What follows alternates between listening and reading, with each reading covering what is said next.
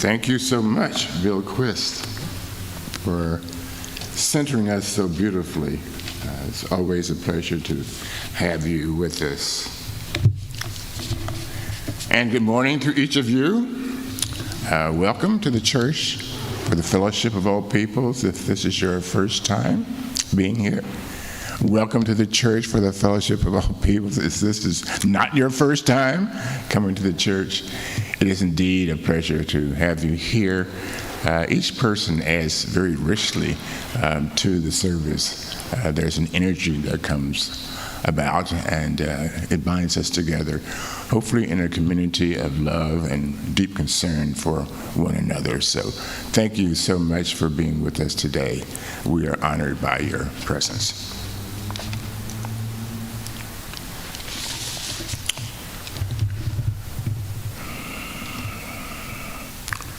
Why dost thou wonder at the height of the stars or the depth of the sea? Enter into thine own soul and wonder there. Would you please stand for our opening music, number 16, "'Tis a Gift to Be Simple."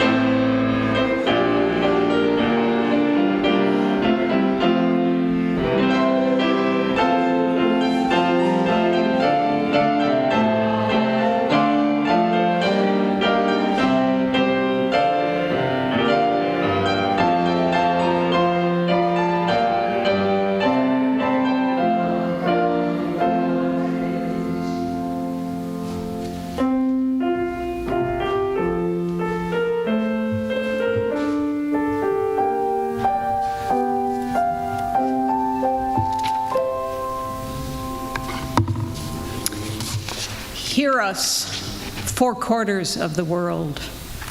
Relatives we are. Give us the strength to walk the soft earth, relatives to all. Give us the eyes to see, the strength to understand, that we may be like you. With your power only can we face the winds. Hope.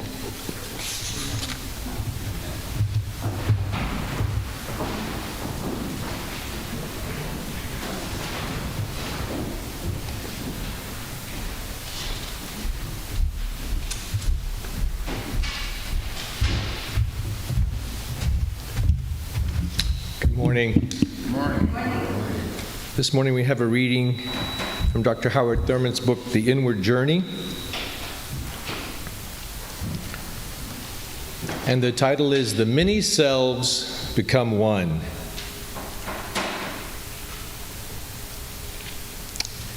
In thy presence we become aware of many divisions within the inner circle of the self. When we enter into communion with Thee, we are never sure of the voice that speaks within us.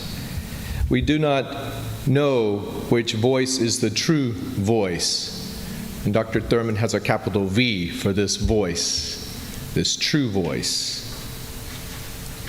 Sometimes it is the clear call of the heart, remembering an unfulfilled hunger from other days.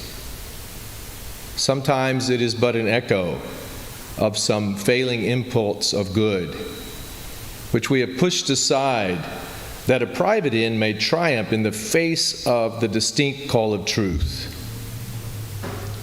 Often, it is the muttering of needs that do not shape themselves in words because they are one with all the ebb and flow of every passing day.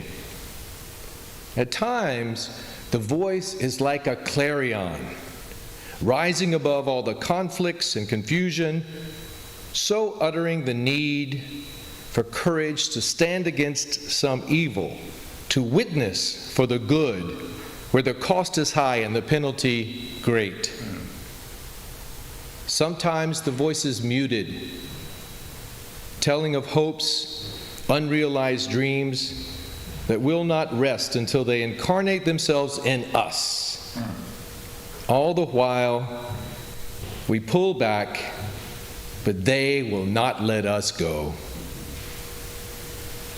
In the midst of all the sounds, rising above all the mingled voices, there is a strange voice, but not quite a stranger.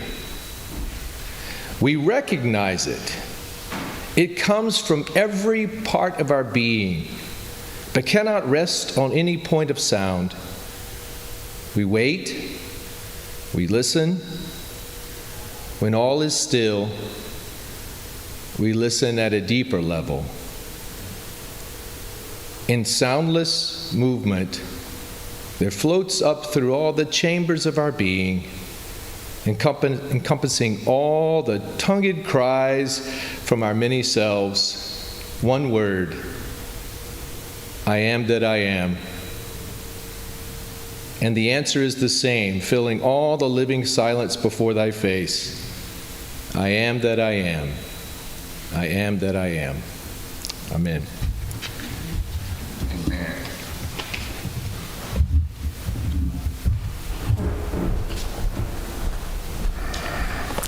Our next hymn is number 123, Spirit of Life.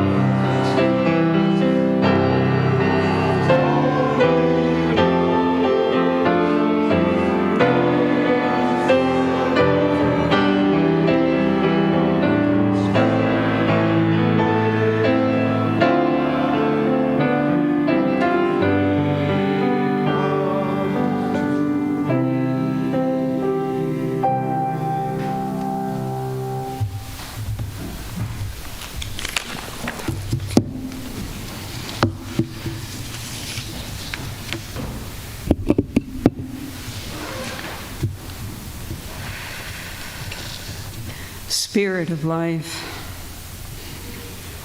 all-pervading presence of the holy, our hearts whisper, come unto us today. Hold us close in this moment of prayer. Root us in the reality of the present moment.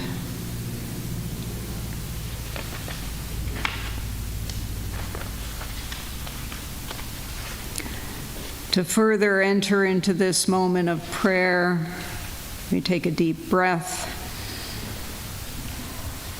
into the lower part of our lungs. Imagine ourselves grounded and rooted to the earth beneath this building.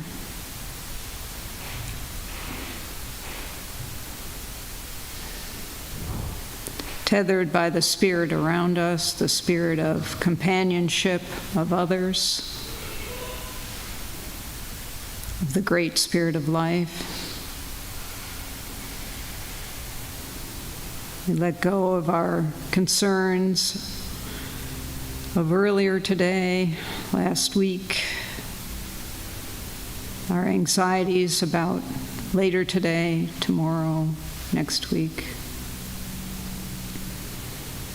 And breathe into this moment, right here, right now.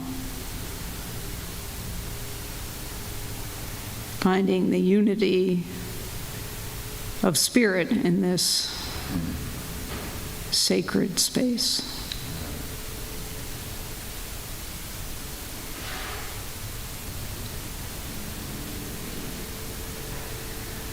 We come to this moment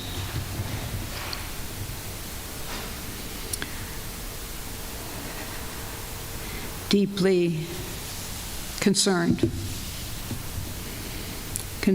about ourselves and our own problems, and concerned about those experiencing hunger and thirst, the horrors of war, the violence, their neighborhoods, the reality of mental, of spiritual, of physical illness. Take another deep breath. We breathe out healing for ourselves and others.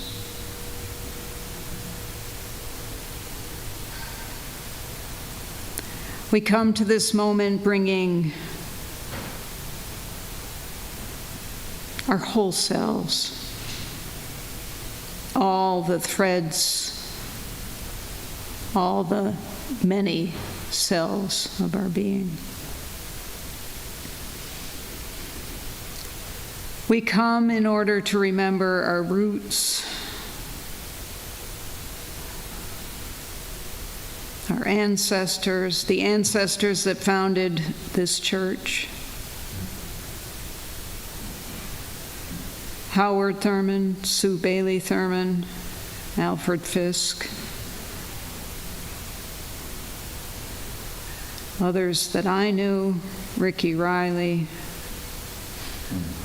Pat Nacy, Glenn Nance, Bob Reese, Bill Wade, so many others. We are grateful for their vision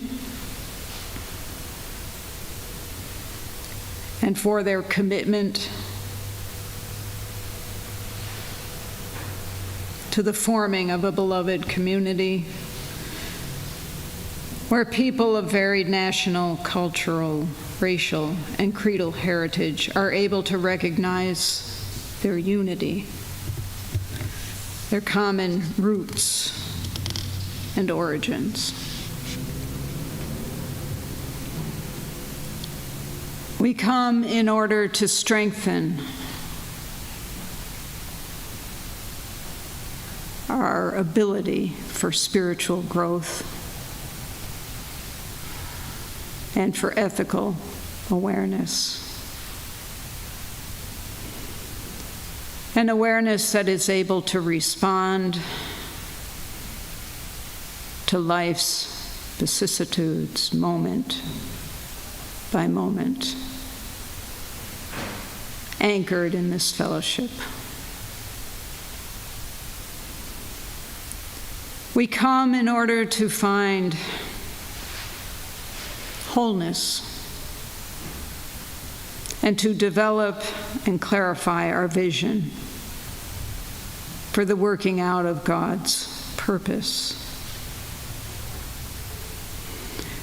for building a world based on compassion and hope for all peoples, a world rooted in love for each person, creature, plant, rock, water and air, for our planet, our solar system, the known and unknown universe.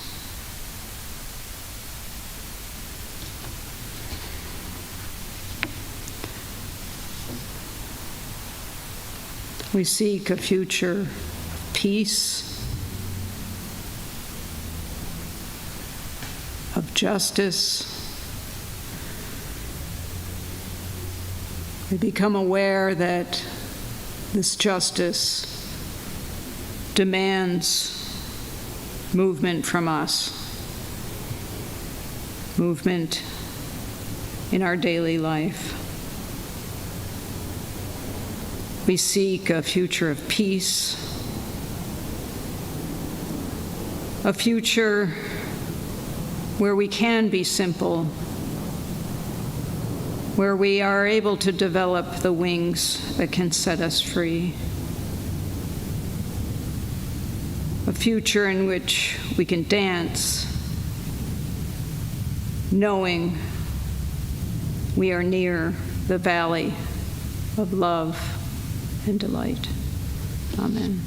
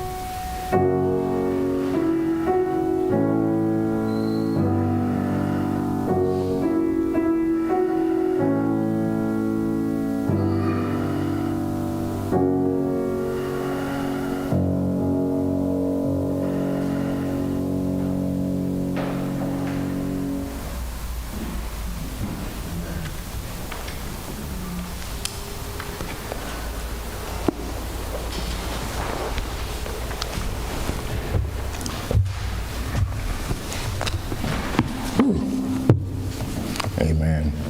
Thank you so much, Bill Christ.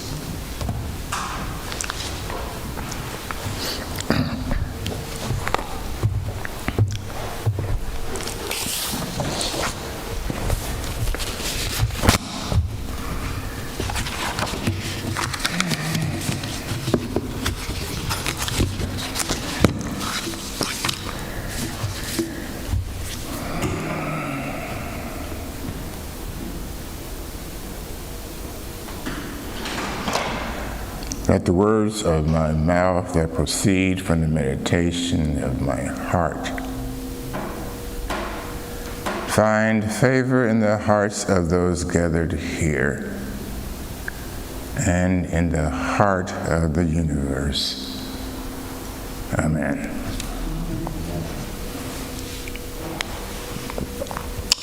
Not long ago, I shared with our congregation and those on our mailing list from Eileen Lindner's book, where she shares with us the gift of her son, who works as a volunteer with the emergency medical, as an emergency medical technician, EMT. And she talked about what happens when there's head trauma and how one assesses that. And she said one of the first things an EMT learns is to assess head trauma.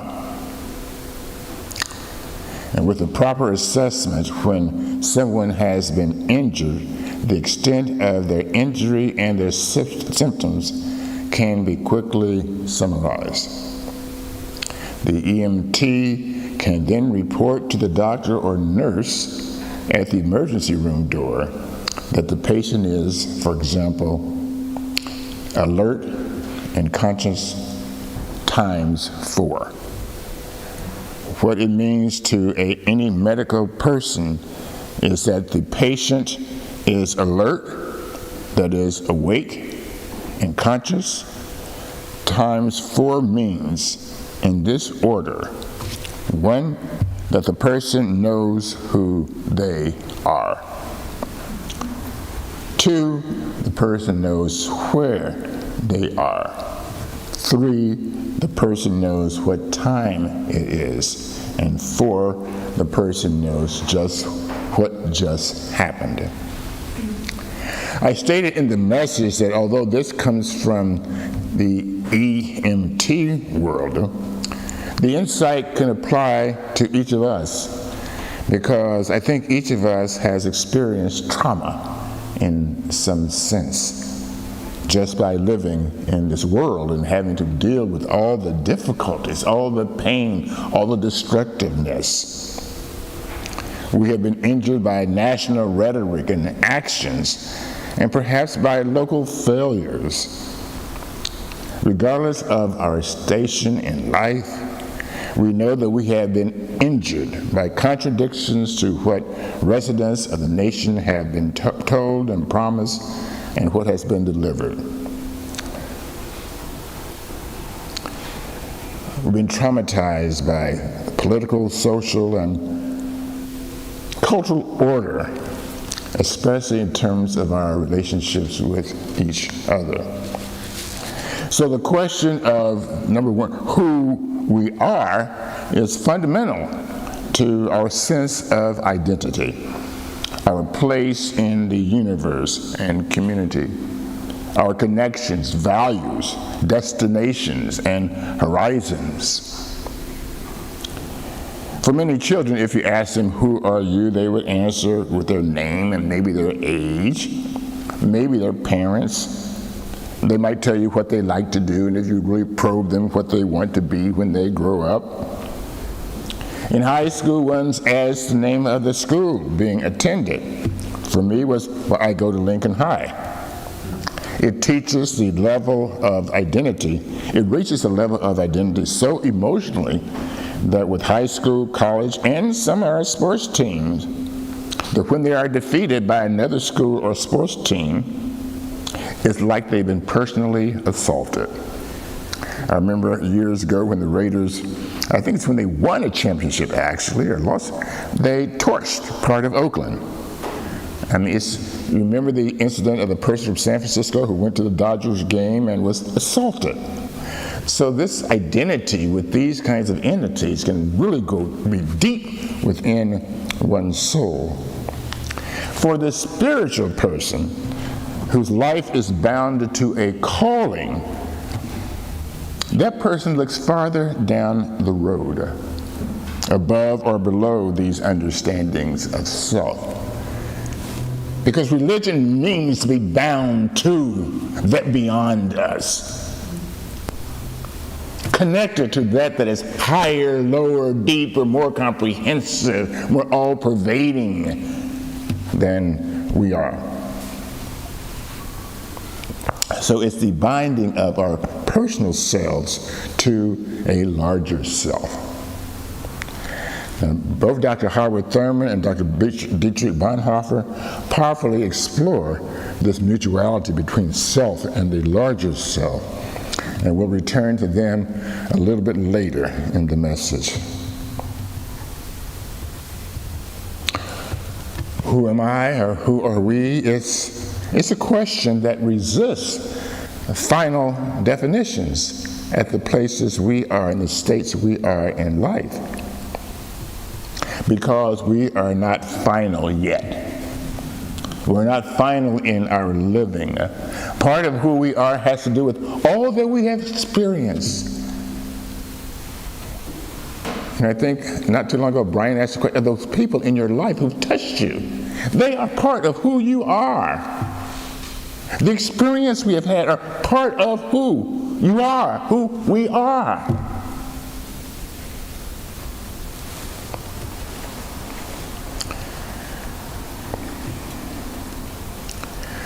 So we are not final yet in our definition of who we are, because we're still alive. We're experiencing, even now. We've experienced something within the last hour. We have met people we didn't know before within the last hour. We've heard music, we've heard prayers, we've heard readings within the last hour. So we're different even now than we were an hour ago. So we continue to experience, continue to add to who we are. And who we are includes those memories, as I said, and each day adds memories. So we have memories today that we didn't have yesterday because, again, of what has happened. So who we are is never finished. One of Father Richard Rohr's daily meditations illumined the question. He featured author and Buddhist scholar Tara Brach. And Rohr placed before me Brach's understanding that our true nature is loving awareness. Brach says, increasingly over the years, my trust in this loving awareness as the essence of who we all are has become a guiding light. No matter how wrong or lacking we may feel, how caught in separation or how trapped by the messages, violations, and inequities of the society we live in, this basic goodness remains the essence of our being. In other words, there is a way out.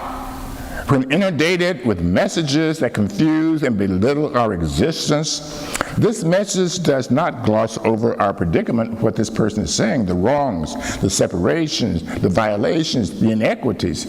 But those things do not destroy this essence that is within us, that is like our DNA. This essence of our being is not destroyed. It is there when all else fades. And then the person tells a beautiful story during the at one point in the mid-1950s in Bangkok, Thailand, where the person says there's a huge statue of the Buddha, and it began to crack due to the heat and drought. And so some monks went to see about that, to see what they could do. And when they started to investigate, they shined a light into the largest of the cracks. And what they saw surprised everyone. Deep under the gray clay was the gleam of gold.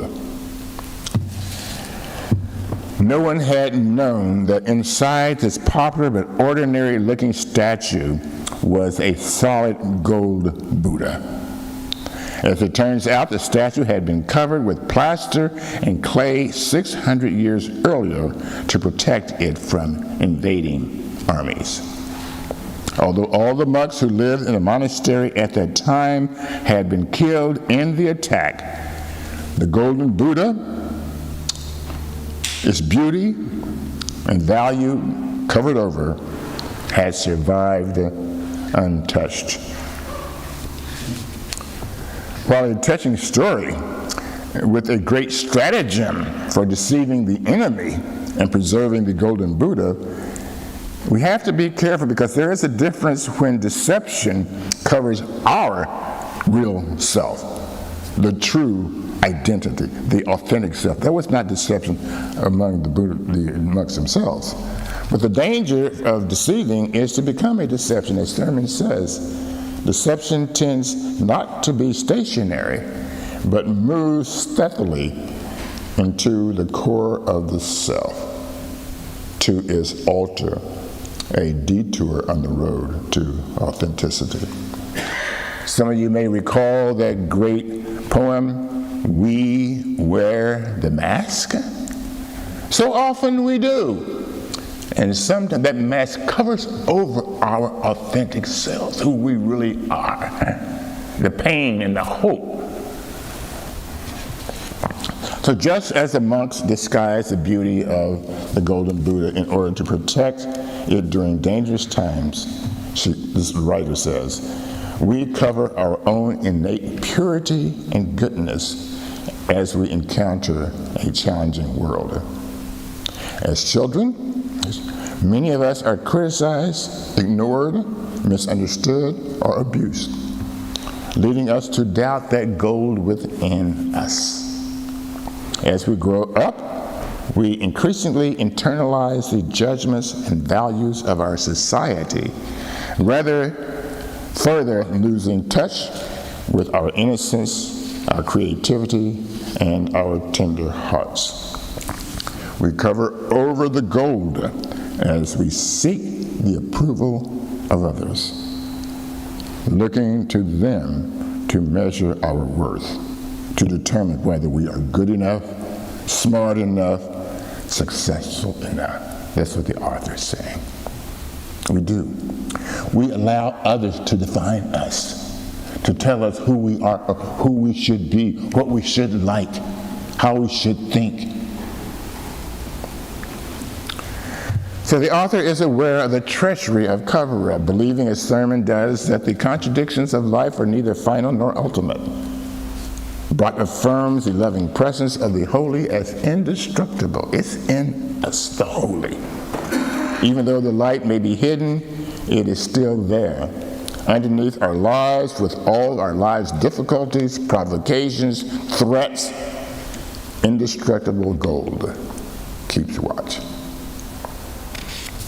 The author says, adding layer after layer to protect ourselves, we become identified with our coverings,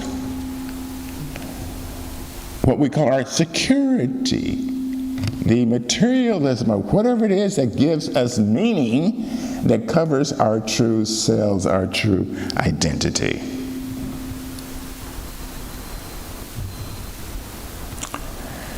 And in this, we believe ourselves to be separate, threatened, and deficient. Yet even when we cannot see the gold, the light and love of our true nature cannot be dimmed, tarnished, or erased. It calls us daily through our longing for connection, our urge to understand reality, our delight in beauty, our natural desire to help others. Our deepest intuition is that there is something beyond our habitual story of a separate and isolated self, something vast, mysterious, and sacred.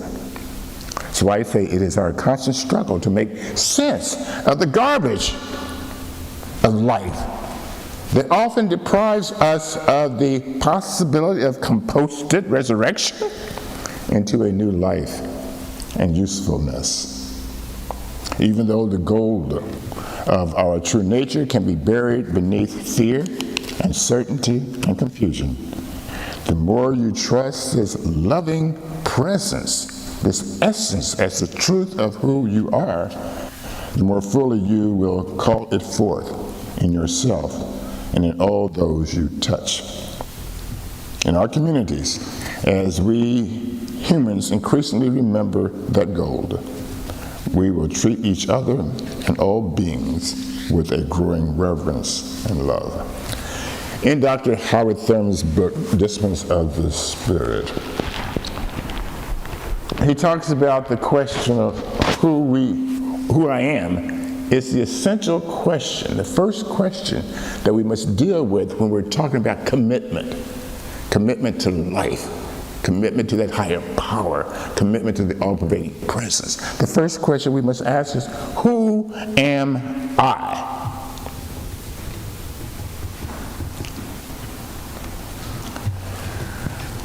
The passage read by Dr.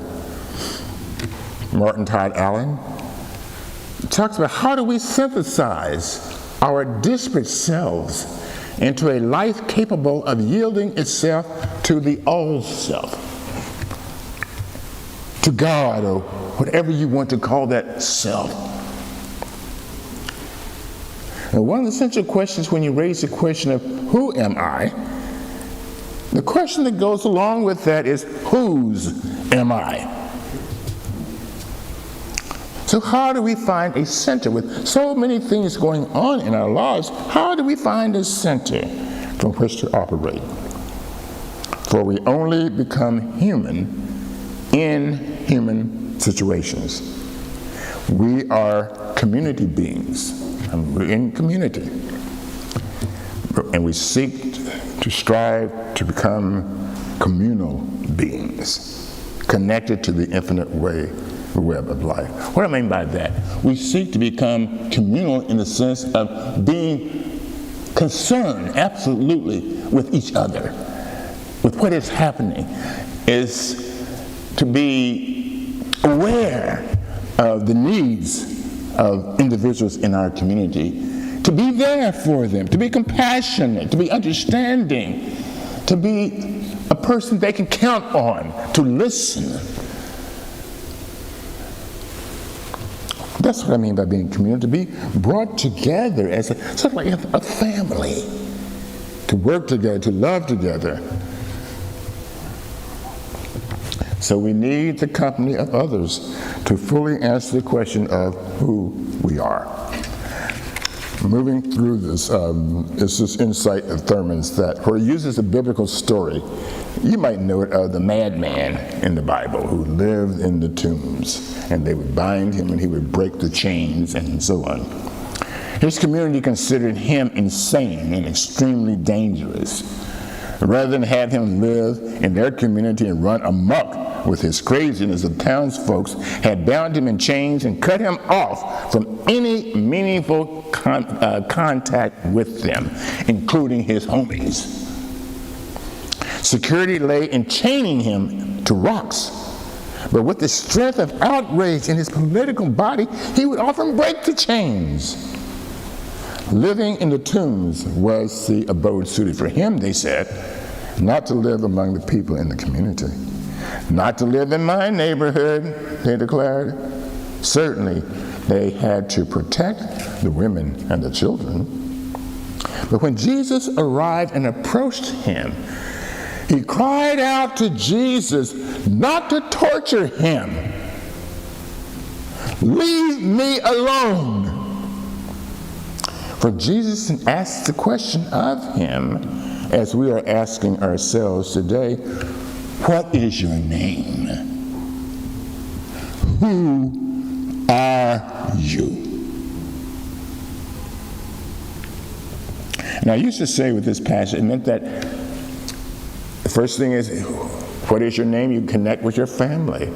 But I realized not all people had good family relationships coming up. But who are you? With all the things that are going on in life, all of the challenges, all of the betrayals, all of the misfortunes, who are you? And he answered with the agonizing cry, my name is Legion. Can you understand what it means? I don't know who I am. There are so many cells warring within. I cannot figure out my true self. But there's another dimension to the name Legion. It comes from the Roman legion that was occupying the people of Israel. So does this also mean that I don't know who I am because there's always an occupying reality telling me who I am, subjugating me to an inferior status, saying that I don't count, I'm not valued, I'm not quite a human being, I'm 3/4 of a human being? There's certain rights I cannot have, certain places I cannot live, certain jobs I can't have. So he was dealing with all of this, as well as the complacency of his community to accept all that was happening to them. So his question, his confusion was, do I become a revolutionary? Do I just try to find a place for myself and forget it all? Do I ritualize my isolation? These are all the thoughts that are going on in his mind. Who am I? And Jesus says the question, what is your name? Who are you really? Which became liberating for him to have to go within himself and try to find out who he really was. And when he did that, when he made this assessment of himself, he became whole. He was healed. This question led him to looking at himself, examining himself, and looking at all the forces that were impinging upon him. And he realized, no, he was more than those forces. He was connected to something beyond those forces. There was something in him that was part of the great nature of being, the web of life, God, the universe, the cosmos. Jesus glimpsed the hidden gold under the debris so that the gold gleamed again. Imprisoned by his commitment to end Hitler's oppression and Nazism, Reverend Dietrich Bonhoeffer raised the question himself in a beautiful and powerful poem entitled, Who Am I? Facing death, he was still fully committed to see what the end would be. In prison, he wrote the poem below, Who am I? They tell me I stepped out from my cell, composed, contented, and sure, like a lord from his manor. Who am I? They often tell me I speak with my jailers, frankly, familiar, and firm, as though I was in command. Who am I? They also tell me I bear the days of hardship, unconcerned, amused, and proud, like one who usually wins. Am I really what others tell me? Or am I only what I myself know of me? Troubled, homesick, ill, like a bird in a cage, gasping for breath, as though one strangled me, hungering for colors, for flowers, for songs of birds, thirsting for kind words, for human company, quivering with anger at despotism and petty insults, anxiously waiting for great events, helplessly worrying about friends far away, empty and tired of praying, of thinking, of working, exhausted and ready to bid farewell to it all. Who am I? This or the other? And then this today and the other tomorrow? Am I then this today and the other tomorrow? Am I at the same time both? In public a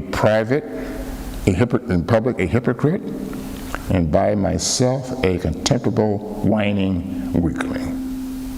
Or am I to myself like a beaten army, flying in disorder from a victory already won?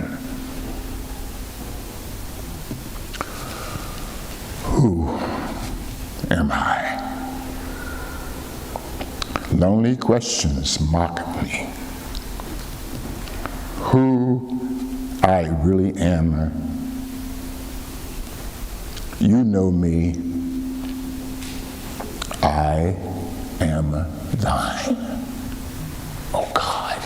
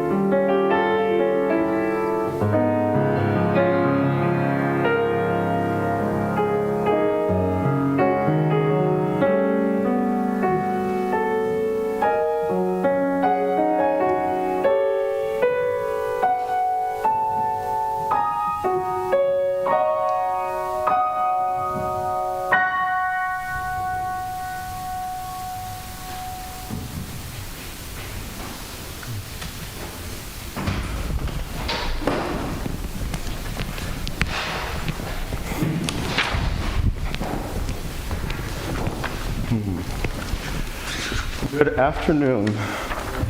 On behalf of the trustees of this church, I'm here to welcome you to the worship of this beloved community and to express appreciation for the gifts that we have all brought together here. Personally, the meditation spoke to a pressing issue, not just in the environment, but the people I know who accept oppression, who are comfortable in oppression. I hadn't found the words until I heard them here, so thank you to the ministers and to Dr. Martin Todd Allen. And in that spirit, I would like to express appreciation to the people that have brought their spirit here, but also have brought it together online. We typically have about 5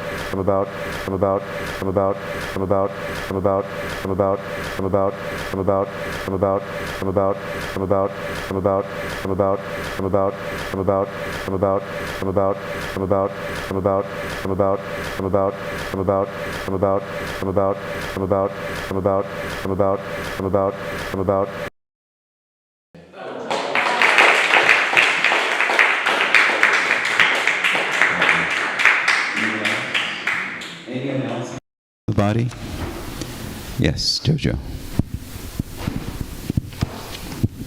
Good afternoon. I'm here because I have this extra invitation where I'm going to this afternoon to this zero-emission home tour and incentives for home electrification. So if you're interested about how we could possibly renew this church and electrify this church and even our homes, you can come with me. I have an extra ticket. The home tour will start at 3:30. It will be in Lafayette. So after this, I'll be going there. So, but you could also go online and search for this zero-emission home tour. It's actually part of our climate reality project where I'm part of, and we have this chapter, the Climate Reality Bay Area chapter. Thank you. Thank you. Anyone else? Right, yes. Yeah, just a quick update on the commemorative street sign marker that we're trying to put in place at 2020 Stockton Street. We're about to organize a town hall in North Beach Library where we're going to talk about the trust that was formed at that 2020 location with Dr. Howard Thurman and Sue Bailey. And so we're going to announce when we're about to do this town hall at the library to further get some community support so that we can get this done soon. Thank you. Thank you. Let me just add to that this would be a great time for anybody who has the time and energy to tell Pete and throw in your support.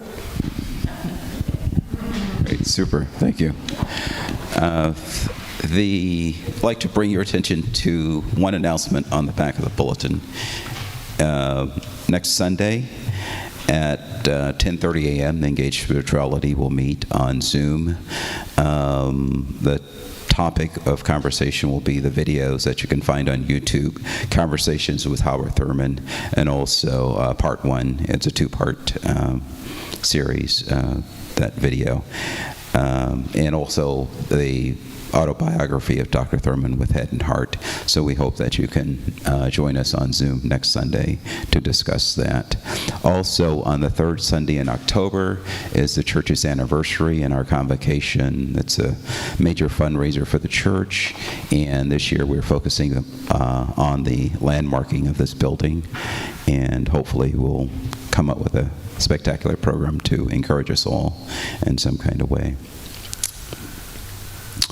Here at Fellowship Church, our focus is to find the common ground where each of us can share in the riches of our differences and partake in the fruits of the Spirit. We could find that focus expressed in our commitment on the front of the bulletin. Would you read it along with me at this time? I affirm my need for a growing understanding of all peoples as children of God, and I seek after a vital experience of God as revealed in Jesus of Nazareth and other great religious spirits whose fellowship with God was the foundation of their fellowship with all people. I desire to share in the spiritual growth and ethical awareness of people of varied national, cultural, racial, and creedal heritage united in a religious fellowship. I desire the strength of corporate worship through membership in the church for the fellowship of all peoples, with the imperative of the personal dedication to the working out of God's purpose here in all places. Thank you. Please join us downstairs for the social hour. There's some food for us this morning. And just to give you guys an update on my situation with my house after the fire. After 15 months, I'm back in my house. And thank you. With all the challenges, last night there was some type of police incident around 11:30 where the half of the block they were looking for someone in our backyards or whatever, so that went on from 11 till after midnight. So I'm a little tired because I was trying to figure out what was going on as I heard the cops in my backyard saying something to somebody, which I didn't see anybody. But anyway, so happy to be home, and thank you guys for all your support and encouragement. How many boxes did you have to unpack? Too many. 300, I heard.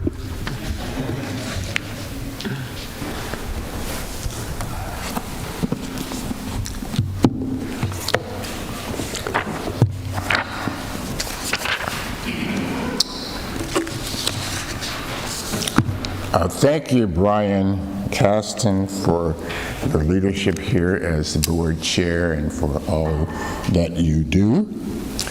And I think many people have already met your sister, Evelyn, who's been out here, and it's just been incredible in terms of making the move back from the apartment to the house.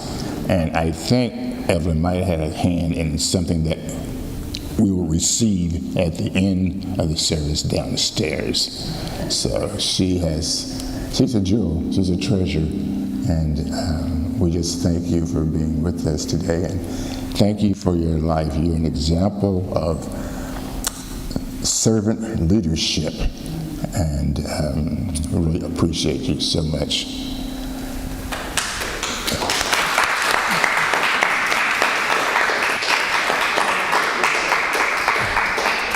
I'm stunned each week by the floral artistry that comes from Brenda. Just amazing. Every time we gather. I certainly want to thank Bill Chris for the music this morning. It's just really something. What can we say about Dr. Catherine Benton in terms of her brilliance, her depth, both for the invoking of the presence and for your wonderful, deep prayer. So thank you so much. And I want to thank Dr. Martin Todd Allen for his meditation. I've already asked him for forgiveness, and so I'm not going to go into that. You read it beautifully. Dr. Martin, thank you so much.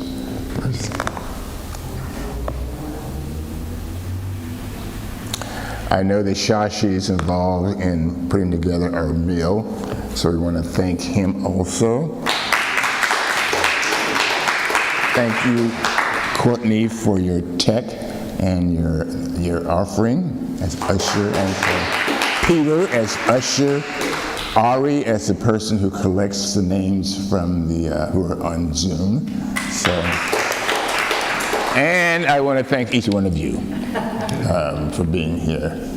Again, we don't take your presence for granted. You made a decision to come here to spend important time with us that you could have spent somewhere else. So we thank you, each one, for being here with us today, for enriching this space, this place, for helping bring a sense of greater community, a greater communal being together. So thank you so very, very much. It's good to be alive. Amen. And I'm thankful to be alive. And I give thanks for each one of you. We are going, and I just want to emphasize the convocation that Brian already talked to you about in third Sunday in October. And you'll be getting more information about the the tribute to Gus Newport is now scheduled for September the 23rd at the Paramount Theater in Oakland. The time has not been set yet. They're going back and forth, but it looks like maybe 1 o'clock. But we will get you more definitive information when it is available.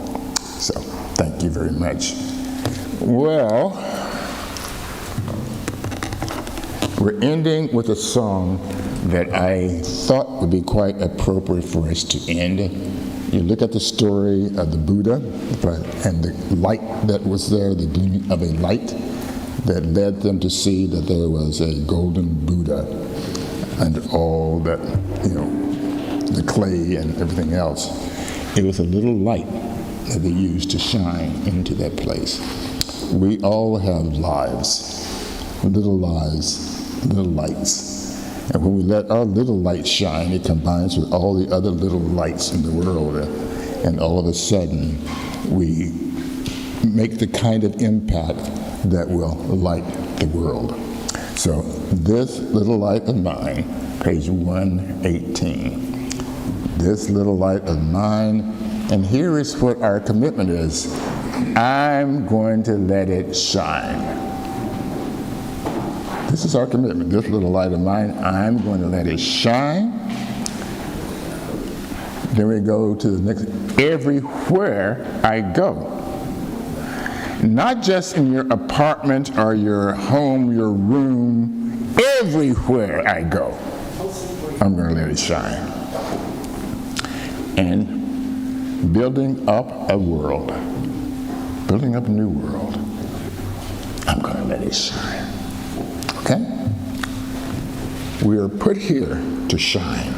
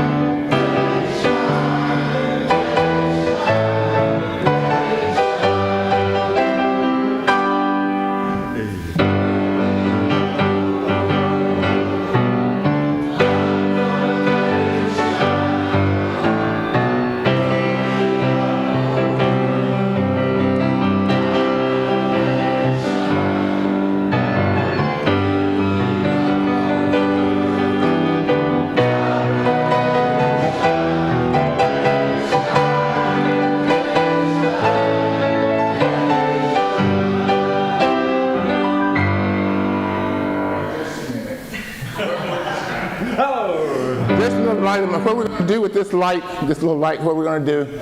Let it shine. Say it again. Let it shine. Say it again. Let it shine. Really? Yeah. Okay. Then let's sing the last stanza. Okay.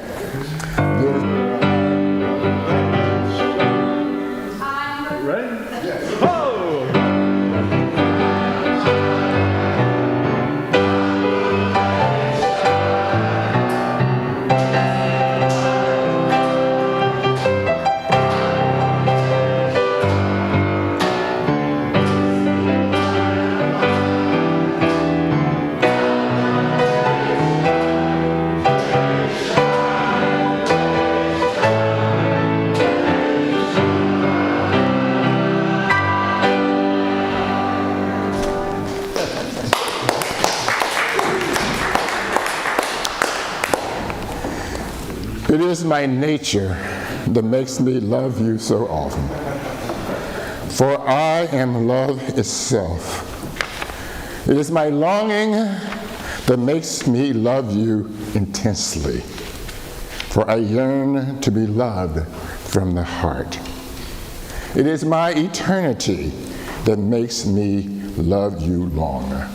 For I have no end. Amen. Amen.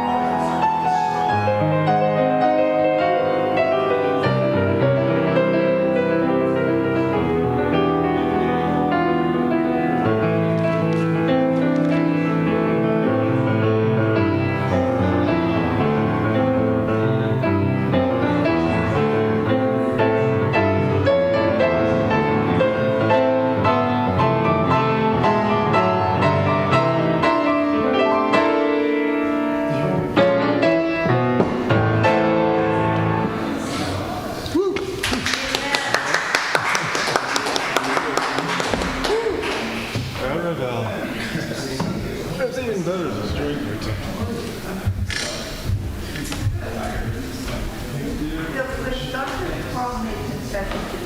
Who did? Dr. Farmer. Oh, what did he say? He said that he's